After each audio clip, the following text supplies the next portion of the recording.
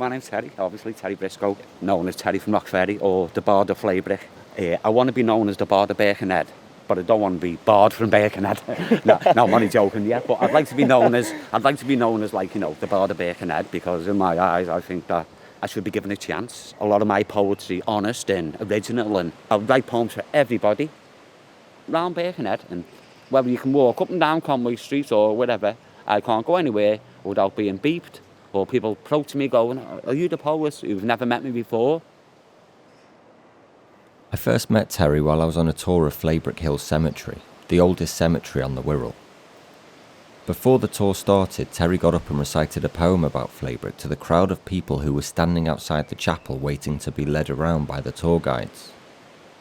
Me and Terry got talking, and I found out that he was a volunteer there, litter picking and reciting poems when he could. We arranged to record an interview in Flaybrick at a later date, and we found time on the 11th of June 2022. We're at Flaybrick right now, and this is like my second home. I've been a volunteer here for about 7 to 8 years. We used to meet once every 6 weeks, then it was once a month, then it was twice a month, then it was once a week, then all of a sudden it was twice a week. Even though it formed in '93, for about 20 years, there weren't much hands-on in the cemetery itself. It was all sorts of, you know, like editing and computer stuff, and rather than actually physically, you know, changing the place for the better. What made you start volunteering at Flaybrick? 15 years ago, I became my mum's carer. So I used to be a window fitter, getting X amount a week money, and I packed that job in to be my mum's full-time carer. Now, when I became my mum's carer in the early days, she was quite easy to care for. Once I've made her a cup of tea in the morning, something to eat and whatever, she didn't want me just shackled round her all day. So she was telling me to go out and just do something with my life. First thing I'd done was become a volunteer of the wonderful Flaybrick Memorial Gardens. I think I might have seen a picture on Facebook that got me to here. You came down and then that was it? Well, you know, I like history. I love architecture. I love craftsmanship. I love the Victorians. So everything is in this cemetery. I love what it's all about. There's over 100,000 souls and people buried here. We have a lot of poor graves, which are mass graves for the poor, but they like to be called commoners of today. But me, I just like to say the word what they've always been renowned as, which is like the poor, which really is sad to say that, but that's how they were thought of, as just paupers with no value to this earth. So I suppose when they passed away, they got put in sacks and threw into a hole, which is, when you think of it now, it's just, you know, it's heartbreaking and horrendous. All of these Victorians, and they were the backbone of Birkenhead at one stage and one time. When my mum passed away in 2017, November, prior to her passing away, I'd written 5 poems my whole life. When she actually passed away on November the 14th, 2017, on November the 19th, we had the priest at the house, and he actually said to my brother and 2 sisters and me, "Is anybody going to get up and say something to eulogy and whatever?" At which stage, my brothers and 2 sisters pointed to me and said, "You write a poem." So, as soon as the priest left the house, I went straight up to my bedroom and I wrote this poem. And this was my mum's funeral poem, ready. The most amazing person you could ever meet, from her lovely hair down to her feet. The most amazing person you've ever seen, and if you'd ever meet her, her name is Jean. Sure, for Georgina, that's how she's known. To us, she's our mum, all our lives as we've grown. So open those gates, she's on her way. God bless our mother, we will see you one day. And that poem is I owe my whole poetry world in the last 4.5 years to that. Because if I never created that, that's led on to other stuff, do you know what I mean? The way I look at it, I put all my mourn into my poetry. And that's why some of my poetry is just a bit different. And I tend to say things how they are, which especially around these ways, people like to hear that. They like to hear, you know, they don't like to hear the words that you have to look in a dictionary to understand. I just say the words to me that people can understand and relate to. Terry's first poem was written when he was in his 20s and may still be written on a chimney breast somewhere in Birkenhead. So you wrote a poem when you were 26. I mean, what was that poem? What kind of place were you in when you wrote that one? That was in 1996, right? Okay. Now I've got a son who's 20. His mother, we split up when my son was 3. But when we actually met, me and my son's mother, We fell in love, obviously, I know, as you tend to do. And the very first poem I wrote was a love poem. It's actually in Dundonald Street, on the chimney breast, still today. What, you wrote it? I wrote it on the chimney breast, yeah, and then it got covered with wallpapers and all that. So chances are it'll still be on the chimney breast now. When I first started writing poetry and I'd read a poem in public, I would get a bit red, there's no doubt about it, in front of 2-3 people. And as the months went on, and I kept writing more poems, and then I'd attend another recite where I'd be able to recite another poem. There'd be more people there, and I wouldn't get as embarrassed, and 4.5 years later now, the world's my oyster. If there's 50,000 people in front of me now, I will not go red.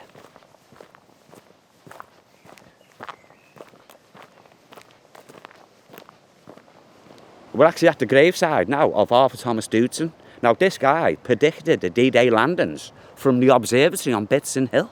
How historic is that? Without Arthur Doodson's predictions, I wouldn't like to imagine where the world would be today. So I'm going to tell you a quick poem about this guy as well, Arthur Thomas Doodson. Arthur Thomas Doodson was born at Manchester Ways in March 1890 in the good old Victorian days. He came to Liverpool in 1919 and became an expert in predicting the tide. He studied this for many years, thank God he was on our side. Some moments of life are critical, as it was to win the war. On the day Arthur Doodson predicted was the 6th of June 1944. Known as the D-Day landings, he landed at first light, and without Doodson's predictions we could not have won this fight. So Arthur Thomas Doodson, you helped us win the war. No doubt God was waiting when you knocked upon his door. Arthur Doodson, he sadly passed away in 1968. This guy is a legend, and this guy's a Flaybrick great. One thing that struck me is the fact that Terry was reeling off these poems from the top of his head. It seems to come completely naturally to him. I write poems for everybody. When I see sadness on Facebook and like a friend's lost his dad or his nan, or I will write a little poem off my own back, all within 3 minutes. Guaranteed, every go, no matter what. The whole poem's written in my head, it's on and then I put it on paper, all within 3 minutes. I will then send that family a message on Messenger and explain to them that I'm so sorry to hear the loss and whatever, and to want me to help them out with a poem that might make them feel bring a bit of comfort to them. And 100 times out of 100, the family have said we'd love one, and 100 out of 100, the family have let me know how much it meant to them. Basically, I put mine into 16 lines, 4 fours, which is 4 verses or, 4 paragraphs. So most of my poetry and my poems are only 16 lines long, which I can actually tell you the whole poem within half a minute to a minute. Modern poetry of today has to be short and sweet. Okay, 100 years ago, the wind blows through the air. Now, who cares, right? Or 100 years ago, with no technologies, no nothing, people had all the time in the world to listen to poetry. Now, today, there's so many ways for something to get interrupted. So, in my eyes, poetry has to be short and sweet, less than a minute long. So how do you feel when you're in Flaybrick? This place, right, this is my second home. I love the place. I've become a volunteer here about 7-8 years ago. And every time I walk out the gates from this place, I get paid.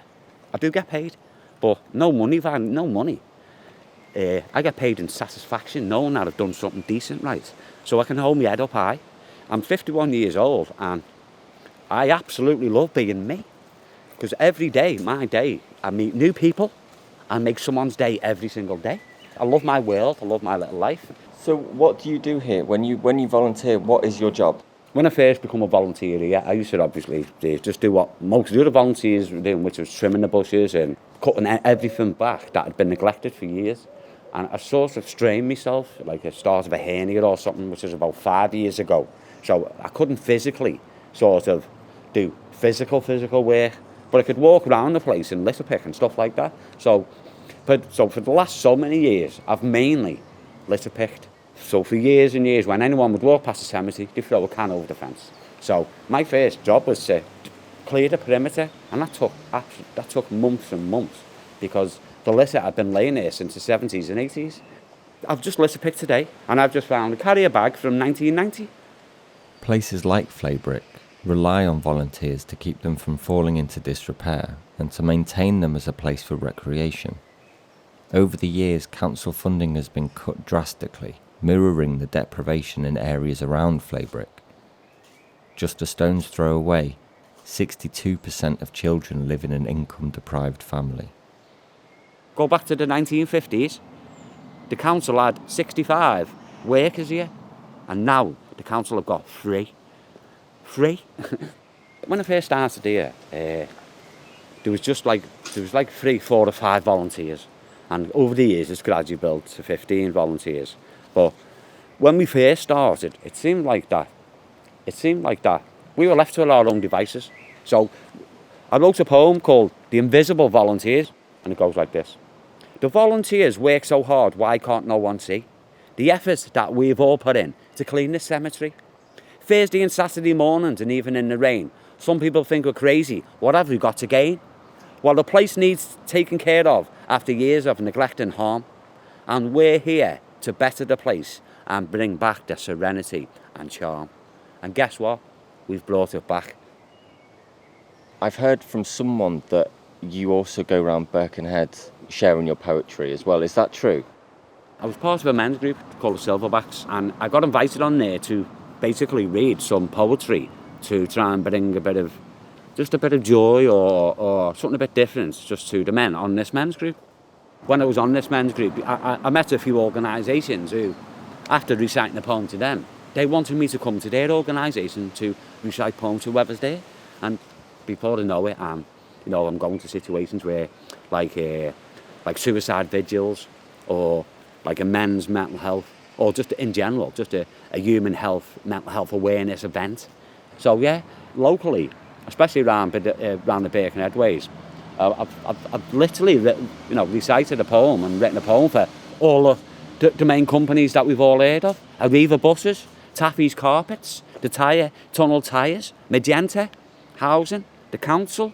I just met a lady yesterday and I recited a poem to her, and first thing she said to me is, do you know what, you made my day.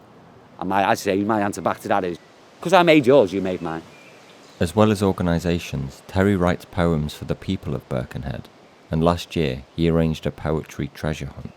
I brought a poem book out called Secret Maps of the Whittle X Marks the Spot, and I wrote a poem called Secret Map. Now, I liked it that much, and so did everybody. I wrote a Secret Map number 2, then 3, and I wrote 9. So I brought a book out called Secret Maps of the Whittle X Marks the Spot. What's the idea behind Secret Maps? Well, Secret Maps, it was just like a little treasure trail.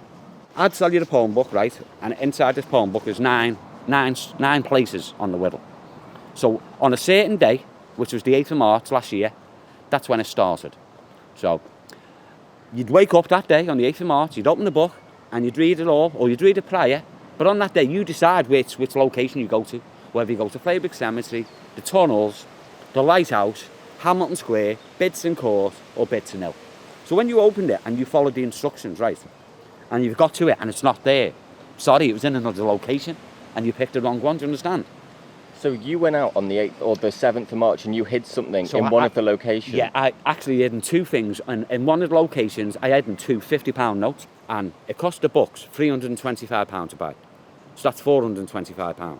So a £2 a book, I need to sell 200, right, to get 400 back, okay, which I did, right, but that's all I did sell, which is 200, so I got £400 back. So it cost me £25 to make this happen, and it was the best £25 I've ever spent. What's your favourite poem then? I love the Whittle, okay, and I wrote one called Whittlesque, and I do like that, I really do. I just try and point out all of the nice points, all the wonderful places on the Whittle that can be recognised from anyone on the Whittle. So this is called Whittlesque, but this poem is actually for people who've never been on the Whittle, really. So I should be outside Hamilton's Woodside Ferry, and whoever arrives off the ferry, I should recite this poem. It's called Whittlesque, and it goes like this. The town hall, Hamilton Square, anywhere you walk, plenty has gone on before, which everything could talk. The buildings that we live in, the buildings we have seen, they could tell a story of the history that has been. The Vikings and the Romans have left a telling mark. Bidson Hill, Abbey Mill, and even Victoria Park. New Brighton's picturesque. Parkgate sells ice cream. The Liso has a lighthouse with West Kirby at the same. So, put on your shoes, get on your bike, or just jump in the car. There's plenty of things on the Wirral to see, and none of them are that far. There's plenty of places to visit, and there's plenty of things to do. The Wirral's seen almost everyone, but the next person that wants to see is you.